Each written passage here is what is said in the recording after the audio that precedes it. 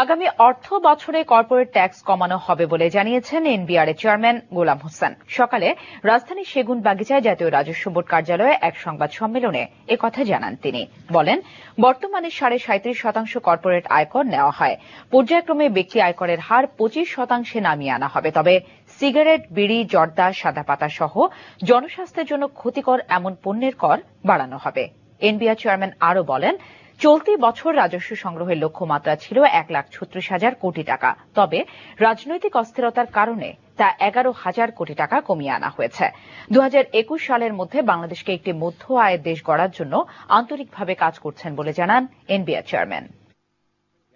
আমি বাংলাদেশের জন্য বলছি না, পৃথিবীর সব দেশে কিন্তু এই ধরনের অভিজ্ঞতা, যে অনেকেই মনে করে যে রেট কমিয়ে দিলে ট্যাক্স কমে যাবে, রেভিনিউ। তাহলে তো বাংলাদেশের কাস্টমস তো এতদিন এখনো 5,000 কোটি টাকার মধ্যে সীমাবদ্ধ থাকা উচিত ছিল।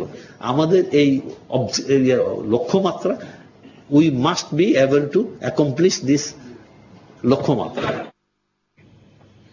ক্ষমতার লোভে বিএনপি নেত্রী খালেদা জিয়া দেশ